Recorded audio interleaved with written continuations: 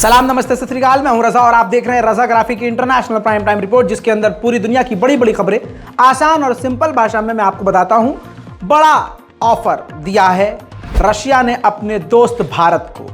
पूरी तरह से भारत पर फिदा है रशिया, जी हां। और जैसे मौके पर यह ऑफर दिया है, ऐसा लग रहा है कि भारत के दोनों ही हाथ में लड्डू है।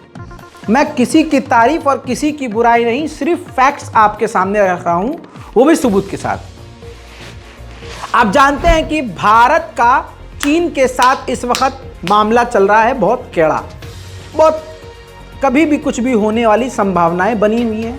वो भले ही हमारे मोदी जी अपनी छाती ठोक कर खुद ही अपनी तारीफ करें, एक अकेला सब पर, वो जो एक अकेला सब पर भारी था, वो भारी मोदी जी ने भारत के अंदर वालों के लिए कहा था।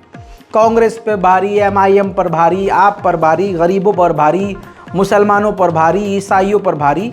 हाँ, ये चाइना वाइना पर भारी नहीं था। लेकिन अब आपको बता दूं कि दोनों हाथ में लड्डू भारत के कैसे है। F-35 विमान इस वक्त अमेरिका का इसी भारत में है।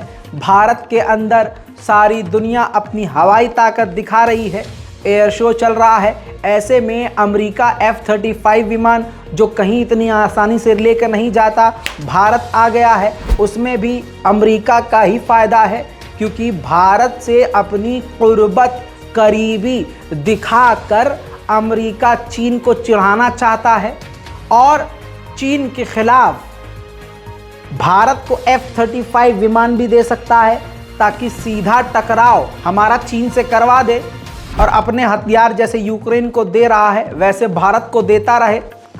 आप क्रोनोलॉजी समझ लीजिए, और ये क्रोनोलॉजी आपको रजाग्राफी के अलावा कोई और समझाएगा नहीं, और जो रजाग्राफी आपको समझाएगा वही आपके दिमाग में आएगा, किसी और की कहानी दिमाग में आएगी भी नहीं, क्योंकि हम सबूत, तथ्य और सारी कड़ियों को जोड़कर आपके सामने सारी बातें रखते हैं।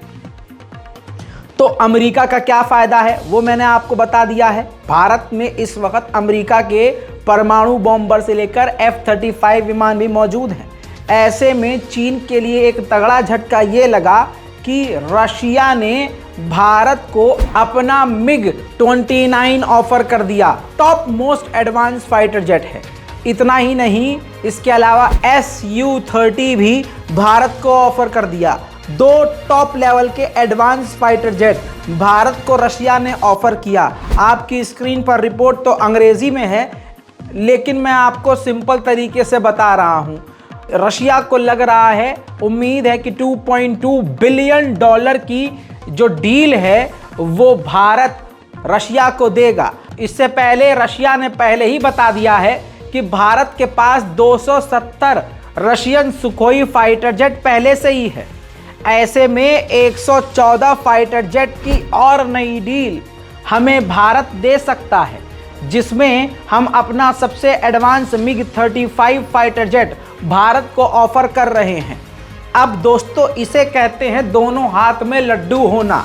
हमारे पास ऑफर है, यानी भारत के पास ऑप्शन है, रशिया से 2 खतरनाक फाइटर जेट एडवांस लेवल का ले सकता है भारत, और वहीं अमेरिका के F-35 की भी डिमांड रख सकता है भारत। दोनों हाथ में लड्डू है ना, समझ में आ गया। अब आपको बता दूं कि रशिया और चाइना दोस्त हैं, बड़ी कशमकश है, लेकिन रशिया बेहतरीन दोस्त भारत का भी है। इससे पहले सुकोई फाइटर जेट जब भारत ने रशिया से लिया तो चाइना ने आपत्ति जताई थी और रूस से नाराजगी जताई थी। अब ये भी देखना है कि अब इस ऑफर के बाद चीन क्या करता है, चीन आपत्ति जताता है कि नहीं। और कमाल की बात अंदर की बता दूं, बच्चों के लिए और बड़ों के लिए भी जनरल नॉलेज, ये जो नए फाइटर जेट भारत को रशिया ने ऑफर किए हैं, रशिया ने कह दिया है ये ऐसे फाइटर जेट हैं कि हम अपनी पूरी मदद और सहयोग के साथ इस फाइटर जेट को भारत के अंदर ही भारत की कंपनी में बनाने में मदद कर सकते हैं, क्योंकि हम भारत के साथ लंबे समय तक काम करना चाहते हैं। रिपोर्ट के अनुसार सिर्फ 5 सालों में रशिया से भारत ने $13 अरब के हथियार खरीद लिए हैं भाई साहब। 13 अरब डॉलर के हथियार सिर्फ हमने रशिया से खरीदे हैं। उधर कल दोपहर में पाकिस्तान की एक ट्रेन जो कोयटा की तरफ से चली थी, उस ट्रेन के अंदर, जिस ट्रेन का नाम जाफर एक्सप्रेस बताया गया, उसके अंदर पंजाब के इलाके में एक बड़ा धमाका हुआ। चलती हुई ट्रेन में इस धमाके से दर्जनों घायल हुए, 2 लोगों की मौत हो गई। और मेरे पास जब ये खबर आई, लोगों ने पूछना शुरू कर दिया पुरानी रिपोर्ट्स में, रज़ा भाई पाकिस्तान में ब्रेकिंग न्यूज़ हुई है, धमाका हुआ है। और मैंने आपको याद है कई दिन पहले कह दिया था कि पाकिस्तान के हालात बद से बदतर होंगे, अभी और बुरे होंगे, क्योंकि टीटीपी और दूसरे आतंकवादी संगठन और ज़्यादा एक्टिव हो गए हैं। कहा था कि नहीं? तो अब पाकिस्तान में जो कुछ भी हो रहा है, अब वो ब्रेकिंग न्यूज़ नहीं है, बड़ा ही बुरा है। जी हाँ, जब से टीटीपी ने धमकी दी है, पाकिस्तान में पूरी तरह से हकीकत ये है, चैन और सुकून पूरी तरह से ख़त्म हो गया। उधर हर रोज़ रात एक हवा चलती है, इमरान खान अब गिरफ्तार, अब गिरफ्तार, अब हो जाएंगे गिरफ्तार। खैर, आपकी स्क्रीन पर ये एक लौती तस्वीर है जो आपको दिखा रहा हूँ, और जी तस्वीर है मैं आपको दिखा नहीं सकता। इस ट्रेन के अंदर ज़बरदस्त धमाका हुआ, कई लोगों के घायल होने की आशंका है और 2 लोगों की मौत हो गई है, कई लोग बुरी तरह से घायल हैं। अब इस धमाके के बाद ट्रेन के अंदर के हालात मैं आपको ये दिखा रहा हूँ। ये देखिए उस बोगी का हाल क्या हुआ है, आप खुद समझ जाइए। जाफर एक्सप्रेस में ज़बरदस्त पाकिस्तान की ट्रेन में धमाका, अभी तक किसी ने आधिकारिक तौर पर इसकी जिम्मेदारी नहीं ली है, लेकिन शक टीटीपी और बलोच के लड़ाकों पर है। उधर दोस्तों, पाकिस्तान के पूर्व प्रधानमंत्री इमरान खान ने राष्ट्रपति को लेटर लिखा और लेटर में उन्होंने मांग रखी कि पूर्व सेनापति जनरल कमर बाजवा की जांच की जाए, क्योंकि उन्होंने कई सारी कस्में तोड़ी, जैसे उन्होंने जासूसी करवाई, देश के खिलाफ काम किया, मेरे खिलाफ काम किया, प्रधानमंत्री के खिलाफ काम किया, आवाम के खिलाफ काम किया, ऐसे कई काम किए जिससे जो सेना की कसम थी वो टूट गई। लिहाजा मेरी मांग ये है, यानी इमरान खान ने मांग रखी है कि उनकी जांच करवाई जाए। पाकिस्तान के पूर्व प्रधानमंत्री सिर्फ अकेले परेशान नहीं हैं, पाकिस्तान की गरीब जनता भी सड़कों पर खून के आंसू रो रही है। पेट्रोल डीजल के दाम मैं कल बता चुका हूं, लीजिए आज तस्वीर देखिए और अंदाजा लगा लीजिए। कोई खुदा का खौफ खाओ, हम मजलूमों में क्यों जुल्म किया जा रहा है? अमीर अमीर से अमीर तर हो रहा है, गरीब से गरीब तर हो रहा है। रोटी खाने के लिए हमारे पास नहीं, बच्चों के लिए पढ़ाने के लिए हमारे पास खर्चा नहीं, बच्चों को छोड़ने के लिए हमारे पास खर्चा नहीं। उधर शहबाज शरीफ की सरकार जो है IMF यानी वर्ल्ड बैंक के आगे झुक गई, नतमस्तक हो गई, और शहबाज शरीफ ने अपनी जनता, अपने बिजनेसमैन, पाकिस्तान के व्यापारियों पर टैक्स बढ़ा दिया कि अब हमें वसूली होगी और ये जो वर्ल्ड बैंक का जो नियम है उसको हम फॉलो कर लेंगे। और उम्मीद इससे बढ़ गई है कि ठीक है, वर्ल्ड बैंक यानी IMF अब शायद पाकिस्तान को लोन दे सके। ये चीज़ देखते हुए दूसरे कंगाल श्रीलंका ने भी वही काम किया, अपने लोगों पर टोटल शुरू से अब तक 66%, 66% लगभग टैक्स लगा चुके हैं। लगातार टैक्स को बढ़ा दिया गया है। उम्मीद की जा रही है देश की जनता से जैसे पाकिस्तान वसूली करके IMF से लोन लेगा, वैसे ही सेम उसी के पाकिस्तान के नक्शे कदम पर अब श्रीलंका चल रहा है। इधर देखिए चीन का भांडा फूटा है, ये देखिए चाइना का मैप है और चाइना के बिल्कुल निचले छोर पर एक आइलैंड है, जिस आइलैंड का नाम है हेनान आइलैंड, चीन का ये है।